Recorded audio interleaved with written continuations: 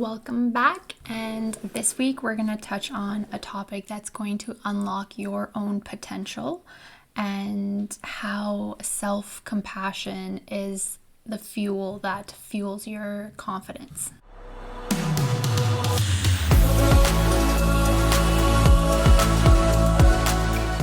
Now, when I talk about self-compassion, it is different than having a good and healthy self-esteem. Self-compassion involves treating yourself with the utmost kindness, understanding, care, and respect, especially during times of difficulty or a perceived failure that may or may not have just happened, or a mistake that just happened. It's based on psychologist work of Kristen Neff, who identifies 3 components of really good self-compassion. Self-kindness, so being warm and understanding towards oneself rather than being self-critical. Are you talking to yourself as you would to your best friend, or are you being hypercritical of the way you look, the way you act, the way you speak, like socially interact? Are you looking at yourself with a magnifying glass on, or are you being nice to yourself? Common humanity, recognizing that suffering and imperfection are universal experience. Everybody makes a mistake. Everybody will fumble, say something incorrectly or whatever. Like, helping us feel connected to others builds this sense of community rather than feeling isolated that you're the only one that makes these mistakes or has failures or whatever. It's a common human experience. And then the third is mindfulness, maintaining a balanced awareness of one's thoughts, your feelings, and you're not exaggerating any one feeling or suppressing any one feeling, because when you do that, you're not acting in self-compassion. So if you had an argument with someone and it brings up anger or it brings up disappointment or whatever feeling, acknowledge that you're feeling that. Not acknowledging that you felt anger or resentment or anything is actually going to do your body more harm than your body any good, and your confidence. So yeah, the key features of self-compassion are encouraging of and acceptance of your imperfections, helps reduce self-criticism, and helps foster emotional resilience within oneself, provides support to yourself in difficult times, and just your overall well-being. Like, we could all be kinder to ourselves. I'm sure we've all had somebody that's put that negative thought or that negative narrative about ourselves at some point in our life, and that's a narrative that you need to detach from and stop telling yourself those stories over and over and over again and reaffirming what somebody has imprinted onto you. Self-esteem, on the other hand, refers to one's overall sense of self-worth or personal value in life and the people around them. It involves evaluating positively based on abilities, your achievements, how one perceives their social acceptance. That's all in the umbrella of self-esteem. And it's often tied with external validation and comparison with others. How do I fit within the crowd? How do I fit within this group or dynamic? And instead of internally being like, no, I'm worthy and of being in this space or in this group or whatever, like, that's an internal validation system that everyone should develop. And your self-esteem can fluctuate a lot based on if whatever you were trying to achieve, if you succeeded at it, if you failed at it, and the social standards, like, are people not picking up what you're trying to put down? Are people not listening when you're putting yourself out there on the internet, for an example? While a healthy self-esteem can boost your confidence, an overemphasis on it may lead to other personality traits that a lot of words that get thrown around, like narcissism or being vulnerable to criticism, not being able to handle constructive criticism. Compassion is a very powerful tool for personal growth. Just like I said, if you are hard on yourself constantly, I understand that you want to do your best, but if you are constantly nitpicking yourself apart, there's that self-critic in you is not helping in a positive way at that point. Imagine if your best friend came up to you and was saying these things about themselves, or saying these things about themselves, and what are you going to say to them? Like, treat yourself when you're going through those situations as you would as if your best friend came up to you and was experiencing that. What would you say to them? How would you behave around them? Like, give that same kindness and love to yourself that you freely want to give to others. And some examples could be like, so imagine you forgot your friend's birthday and the guilt and all of that comes with forgetting your friend's birthday. Self-compassion here would be, it's okay, everyone makes mistakes, everyone forgets sometimes. Instead of beating yourself up and being super hard on yourself and thinking that this friendship's going to end and all of that, like going down that negative spiral, this is the core of self-compassion, treating yourself with the same kindness you'd extend to your loved ones that you freely give to everybody else. So give that niceness back to yourself. Think about a time that you excelled at something. That feeling of pride is linked to self-esteem. Self-compassion goes a step further by embracing your imperfections. And accepting that you're human and capable of both brilliance and screwing up once in a while. You are both, and it's okay to have both of those qualities.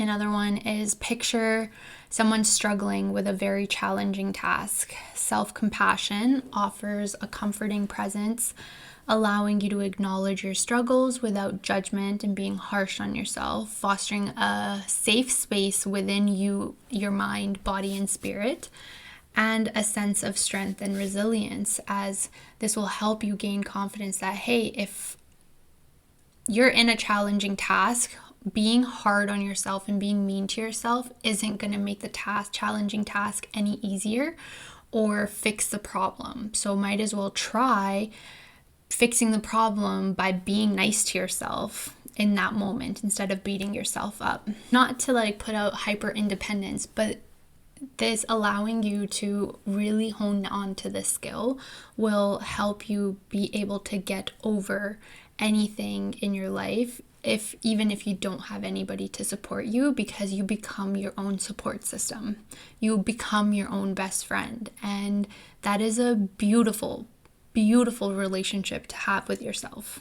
I think that the kinder you are to yourself in situations of hardships and difficulty, you reduce your self-criticism and that negative voice in your head that is telling you a story, and you start replacing it with the story that you want, and that can be of building resilience in yourself, knowing that, hey, okay, I did screw up here, or even handling a difficult task, even if you made a mistake, know that you're able to tell yourself that, hey, it's okay. I know we messed up here, but next time when this same problem approaches me again, I will know better. Instead of getting mad at yourself that, why didn't I know better?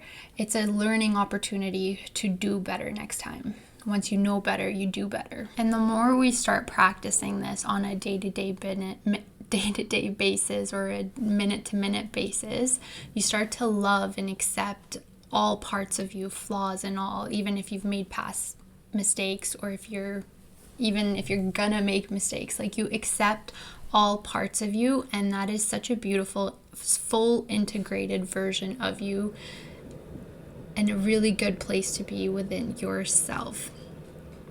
The role of self-compassion is embracing challenges and builds that confidence after a while that, okay, even if things don't go the way that I intended them to go, that I have the confidence that I will be able to figure it out and take more risks and overcome challenges, because you have another tool in your tool belt once you go through a bunch of adversities and you come out being nicer and kinder to yourself rather than being destructive and negative towards yourself and making mistakes. So a path to greater self-acceptance is another way of looking at self-compassion and how it builds your confidence while you put this into practice. So you can imagine yourself facing a tough interview. You're butchering it, like you're not doing great and you can sense the energy. But in that moment, instead of getting more anxious and more hard on yourself that why aren't you able to get through this really tough interview, self-compassion helps you approach it without adding crippling self-doubt of, oh, I'm not good enough for this. I bombed that interview because I'm not good enough. Like, instead of your brain going in that negative direction, recognize that even if you don't get the job, you're still worthy and deserving and capable of a job like this if it isn't this particular one. And when you have that perspective change and you change that lens of what you're looking the challenge or situation as, it fosters confidence by reducing the fear of failure and encouraging you to put yourself out there again and more, which is what's going to get you that job instead of shutting down, right? So you want to picture a situation where you've made a mistake. Instead of berating yourself, self-compassion is showing you to acknowledge your error without judgment. Okay, I made a mistake. Learn from it. And then move forward with the renewed confidence that if I ever run into this type of mistake again, I know what I'm supposed to do, instead of being mean to yourself again. And then when you do this enough time, it creates a positive feedback loop. Acknowledging your mistakes leads to growth and a stronger sense of self instead of dwindling that sense of self. You can also think of a time you've achieved a goal that you've been working really hard at. Celebrate your successes. Like, you worked really hard to get what it is. You put a lot of time and effort into being where you are at with the success that you've just gained. And not in terms of external validation. So like, you don't need to be showcasing it to everyone else, to them to tell you that you did a good job. Like, have that internal validating system within you that, no, I did do a good job and it's on my terms and my own internal journey. This builds confidence by reinforcing your beliefs in your own abilities and motivating you to strive for more and go for maybe other positions or things that are you consider to be out of your league. Now let's focus a little on some practical ways to cultivate self-compassion and how you can implement certain techniques for a more compassionate you. So I'm going to do this more in like examples so you can see how you can implement this within your day-to-day life. So imagine facing a challenging presentation. Instead of focusing on perfection, you practice self-compassion mantra like, I'm doing my best to reduce anxiety and boost your confidence. And the more that you push for that narrative instead of, oh my God, I'm doing bad, oh my God, they're looking at me funny or whatever, right? You can even take social media for an example. A lot of people won't post their content because they want to reach and strive for perfection. Like, it needs to be perfect. Just put your phone on, start talking to the camera, and you'll figure it out along the way of what you want to add or what you want to subtract from your content or what you want to change to make it better. It's within the trial and error and taking these risks and stuff is when you have these small moments and opportunities to be kinder to yourself, to keep pushing forward instead of reverting back into not doing it and then going into like a functional freeze. So another one would be like, think about a time you've doubted yourself, which I'm sure there's a lot. I can count a lot in my mind also.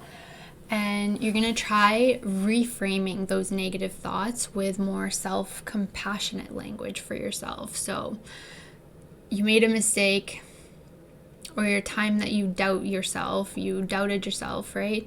Instead of thinking I'm so stupid or I'm dumb, you want to replace that with everyone makes mistakes and I can learn from this. See how just that switch, that very small switch of narration inside your mind or out loud for yourself, can completely shift the way you feel about yourself.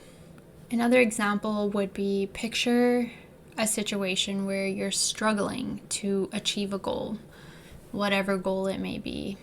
It can be social media, it can be going to school for something, right? Offer yourself encouragement instead of criticism. So we're kinder to others than we are to ourselves because we're expecting more from ourselves. We're expecting the very best. But remind yourself that progress takes time, and if you're taking the small steps to achieve the goal that you're wanting, just know that the goal will be coming closer. It might not happen as soon as you think it was going to happen, but the small steps forward are still worth celebrating and making yourself feel good about that. You don't have to have, so like entrepreneurship, you don't have to have the whole company thought out and the way that it's going to run and all the logistics behind it. And like, you don't have to have every single thing figured out before you start that company. Have an idea and then build on that idea every day. You can't have every single product built already and your website built at the same time and the social media and everything. Like, you have to take everything in smaller chunks and still keep up with your external life, but you're adding small steps. So one day start figuring out how you're going to build a website. Next week goes by, you're going to start implementing and try building that website yourself or paying somebody else. And it's working on these little steps that take you to the finish line. It's not that you're going to do it all at once. And then again, as you practice this more and more, you will build a better relationship with yourself and build confidence as you are being nicer to yourself through these challenging times, which is going to lead to just a greater self-acceptance of yourself, and a full integrated version of you emerges, embracing your full authenticity, because you love the parts of you that still mess up, or parts of you that are still anxious, or parts of you that feel down sometimes. You love every aspect and every part of you, which builds that greater level of self-awareness, that you're able to be like, hey, I am feeling this currently because X, Y, and Z. And instead of being hard on myself, you're building self-awareness of, hey, I'm feeling this, but then also acknowledging and feeling through that, which leads to a greater authenticity. When you're more authentic yourself, you're going to have more compassion and just be kinder to other people around you, which is going to improve your relationships also. Because when you're nicer to yourself, when you see somebody else not being nice to themselves, it's like, dude, like, be nicer to yourself. Like, I'm not passing judgment off of whatever mistake you're making or whatever. Just be nicer to yourself.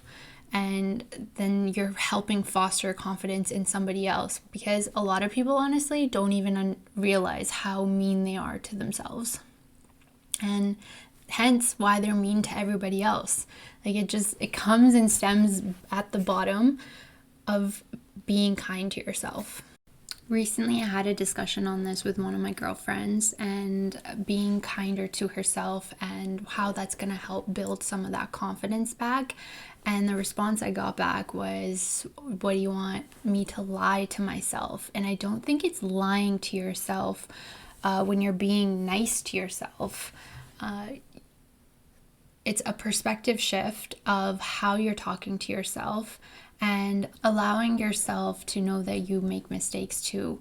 And again, bringing that conversation level back down to how would you react even if your best friend came to you and tell you that they messed up at work or they messed up in the relationship or they messed up in this situation. How are you going to respond to that best friend even though they might be in the wrong? Like, you know that they were at fault. How are you going to respond to them? Are you going to make them feel bad about themselves even more? Or are you going to be like, okay, well, it's okay, mistakes happen and you learn from it and it won't happen again? How are you going to, that's the narration that needs to be put under like a microscope instead of everything else. That narration of how you talk to yourself during difficult situations. I think also just with having a difficult conversation with a friend, right? Like your self-compassion to approach the situation with kindness and understanding and focusing on finding the common ground rather than getting defensive. So when you're breaking that down to your best friend, you're gonna take a more calm, nicer approach to like help them out in whatever they're dealing with. And that's the same kindness and leniency that I want you to show yourself.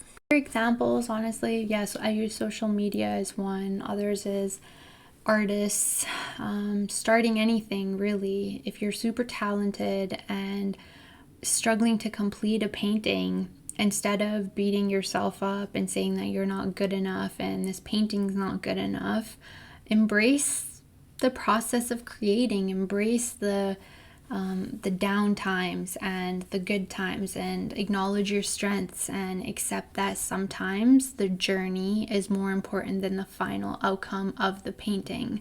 Unless it's a commission, then slightly different. But just overall, like, you have to have the ability to have a perspective shift and just be kinder to yourself. That's about it. Or think about a time you faced having a difficult conversation at work and perhaps a challenging project or conflict with somebody at work. Self-compassion is a scenario that involves... Sorry, I'm just getting a bunch of notifications at the same time. Sorry. Yeah, difficult time, situation at work, fight with a coworker, all of that.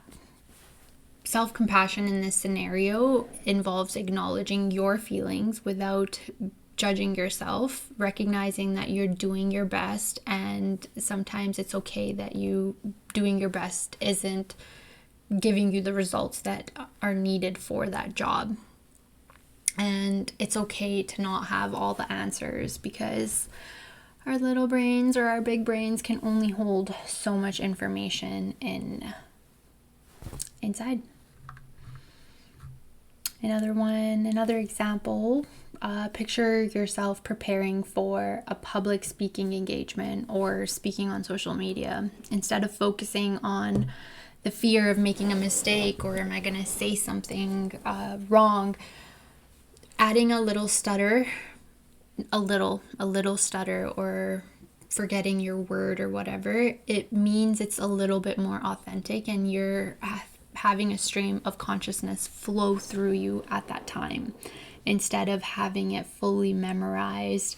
And instead of focusing on your fear of making a mistake, practice self-compassion and being nice that you have valuable insights to share, that your worth is not tied up in a perfect performance of said public speaking engagement. And this approach can help you embrace your vulnerability that comes with speaking in front of others and helps you build that confidence. So on social media, if you trip up and pronounce a word wrong, or you say it wrong, or you can't think of the next word, so you fill in little filler ahs and ums. It's not the end of the world. I think I've blabbled enough about self-compassion and how everyone would benefit from being nicer and kinder to themselves. So this week, I want you to challenge yourself anytime you catch yourself being mean to yourself. Please stop. Try putting that change of frame and change of lens, change of perspective into play, and talk to yourself as you would talk to your best friend. And that's my challenge for you this week. If you liked this video, have any questions about self-compassion and confidence and all of that, comment them below. And until next time, bye.